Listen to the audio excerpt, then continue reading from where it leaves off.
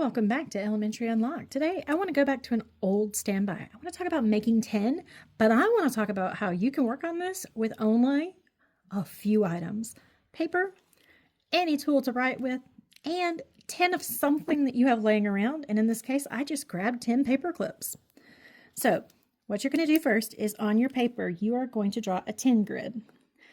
I would make it so that I have pretty big boxes for the child because they are gonna go bigger than they need to. I always draw it for them. Just trust me on that one. Now you want to get them pretty close to even, but we are realistic. We understand that, just want to get 10 boxes, 5 and 5. Now I don't even need this pen anymore unless I want to practice writing down the different combinations. So the first thing that I want the child to do is place one in each box. Now, why do I want them to do this? This tells me if they have what is called one-to-one correspondence, and they understand that when they count, each item is being counted. So if they put it down and they are not saying the numbers with it, go back and get them to do it again. Because if they've already said 10 before they've even put the 10 down, they are just naming the numbers, not actually counting them.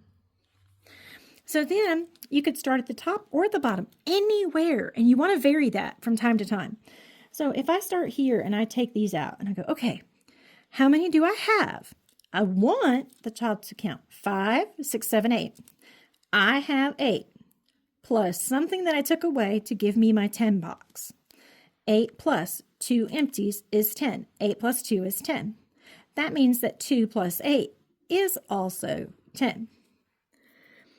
Now, they can work on it from there. They can work on it from over here. Let's grab a few out of here. Okay, now how many do we have? We have 6. 3 plus 3. 3 plus 3 is 6. We see 4 empty boxes for a total of 10. That means that we could start with our 4, add on our 6, and still get 10. So what will this do? This will allow the child to have one-to-one correspondence when counting, allow them to identify sets of 10 and learn how to count by groups, so chunking it together to count, for example, 5, 6, 7, 8. And it allows them to use these often enough to commit these to memory so that they can remember all of the ways of making the number 10. This comes into play for them as they get older. It makes their math go more quickly and far more easily and a lot less stress for them if they're able to do this. So this is something you can do with just some paper, 10 of anything, and something to write with at home.